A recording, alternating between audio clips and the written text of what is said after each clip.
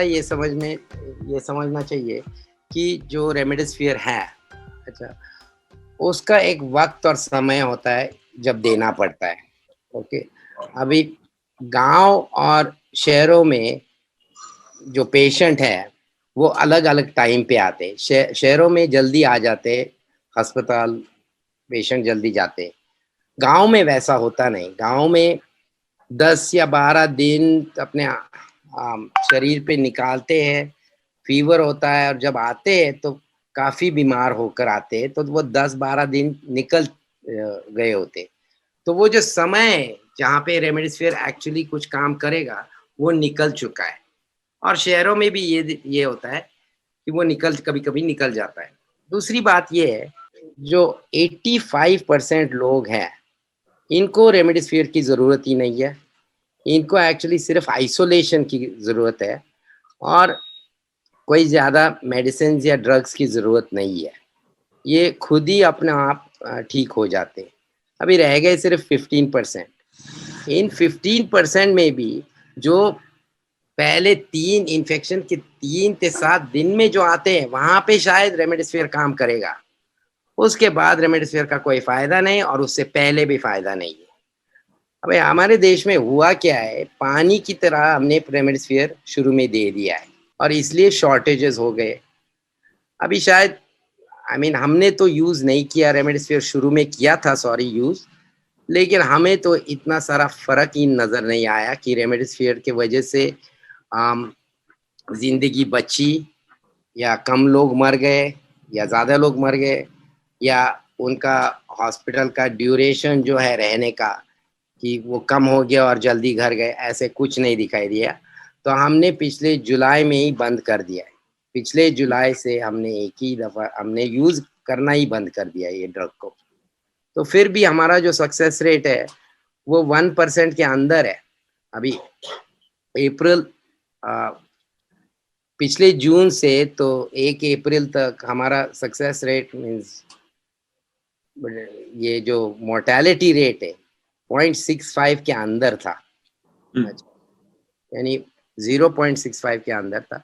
अभी ये जो दूसरी स्ट्रेन आई है, ये थोड़ी-सी बदली है। यहाँ इसमें थोड़ा-सा प्रेज़ेंटेशन अलग है और लेकिन फिर भी हम रेमडेसिविर यूज़ नहीं कर रहे, फिर भी हमारा डेथ रेट 1 के ऊपर नहीं जा रहा है।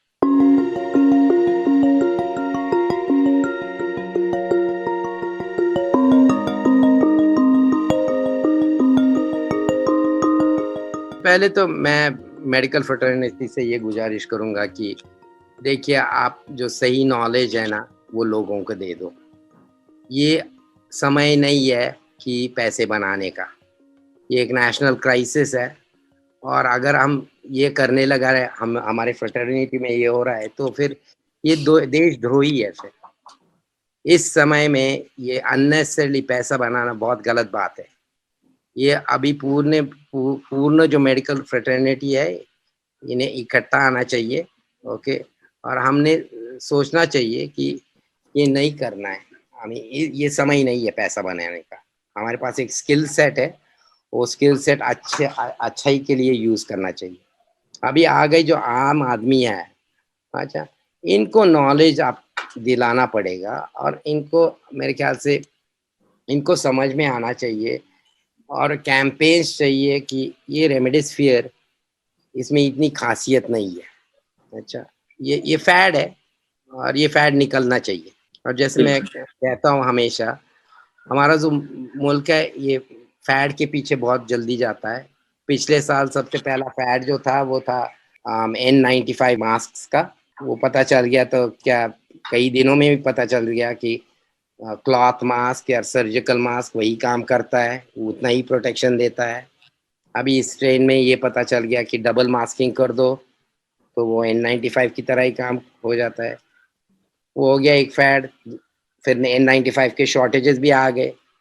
दूसरा फ़ैड आया, ये हाइड्रॉक्सिक्लोरोक्विन का, उसमें शॉर्टेज आ गया, फिर वो पता चल गया कि सबको देने की ज़रूरत नहीं है। फिर अभी ये रेमडेसिविर और टॉक्सिज़ुलमाब, ये 2 बहुत महँगी दवाई है, ये फ़ैड ही है, कहीं प्रूवन नहीं है।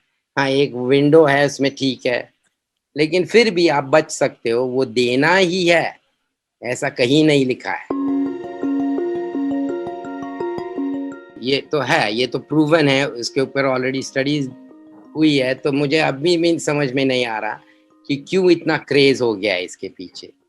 वैसे ही अभी जो एचआरसीटी है, वो स्पेशली यंग जनरेशन के लिए इतना हानिकारक है, फिर भी उस वो क्रेज़ है और लेस देन 10% लोगों के एचआरसीटी की ज़रूरत है।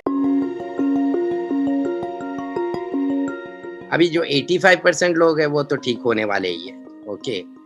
वो तो बड़े सिंपल, वो सिम्प्टोमेटिक, अगर फ़ीवर है तो थोड़ा-सा पैरासिटामॉल दो और अभी तो कह रहे पैरासिटामॉल के व्यतिरिक्त तो कुछ ना देना। जो ये 85% है, अगर उनको कोई सिम्पटम्स है तो कुछ भी ना देना। रह गए 15%, ये 15% में के भी है ना, वो जो लाइन ऑफ ट्रीटमेंट कब शुरू करनी है, अच्छा, वो बहुत इम्पोर्टेंट चीज़ है, ओके। आपको देखना पड़ता है कि इनको ब्रेथलेसनेस हो रही या नहीं। देखो सबको सब अभी ये ऑक्सीजन की कमतरता भी ये हो रही है कि वो लोग 93 और 94% उनका सैचुरेशन है और उनको ऑक्सीजन लगा रहे हैं। ये गलत है, क्योंकि आप बॉडी को चांस नहीं दे रहे हो कि बॉडी भी थोड़ा-सा फाइट करने दो बॉडी को, हो जाएँगे ठीक। 93 के नीचे ठीक है, उधर लग चाहिए, फिर वो भी इतना ज़्यादा ऑक्सीजन नहीं लगता है, बिल्कुल सप्लीमेंटल ऑक्सीजन से शुरू कर दो। तो ये एक है ट्रीटमेंट। दूसरी ट्रीटमेंट ये है कि अगर ये अब जो इम्यून सिस्टम है, अगर इस पे ये ओवरलोड हो रही है, तो फिर आप दूसरे ट्रीटमेंट शुरू करते हो, वो भी बड़े सस्ते हैं। जैसे अभी डेक्सामेथासोन है या कोई भी स्टेरॉइड्स है, ये इंट्रोड्यूस कर दो उस टाइम पे और यूजुअली 5 दिन का जो कोर्स कर दिया, तो उनकी ब्रीदिंग और ऑक्सीजन लेवल्स भी स्टेबल हो जाती है। 7 डे पे यूजुअली हम छोड़ भी देते हैं क्रिटिकल, इवन क्रिटिकल होने के बाद कभी-कभी 15 दिन रखना पड़ता है ऑक्सीजन, लेकिन उसके ऊपर नहीं, यूजुअली निकल जाते हैं वहाँ से। पेशेंट इतने कोविड से इतने जल्दी भी नहीं मरते। आई थिंक 3 चीज़ मैं तो कह सकता हूँ, अब ये मुझे भी जो नज़र आ रहे हैं। एक तो पेशेंट की कंडीशन जब हॉस्पिटल में आते हैं, उस वक़्त बहुत ही देर की होगी या बहुत इन्फेक्शन बढ़ गया होगा, तो उनको मुश्किल होता है बचाना। दूसरी बात मुझे साफ नज़र आ रही है कि शुरू से ही मेडिकल मिसमैनेजमेंट हो गई है, अननेसेसरी ड्रग्स दिए गए हैं और उन ड्रग्स के वजह से उनको काफ़ी तकलीफ़ हो गई है और फिर उनकी जान जाती है। Unnecessary overdose and over use of medicines के वजह से। और तीसरी कि I mean just dependent body ही ठीक हो ना पा रही, क्योंकि उनके पास और 2-3 बीमारियाँ भी हो सकती है, एज फैक्टर हो सकता है। तो नहीं तो आई मीन ये तो 3 मेन चीज़ें हैं डेथ की।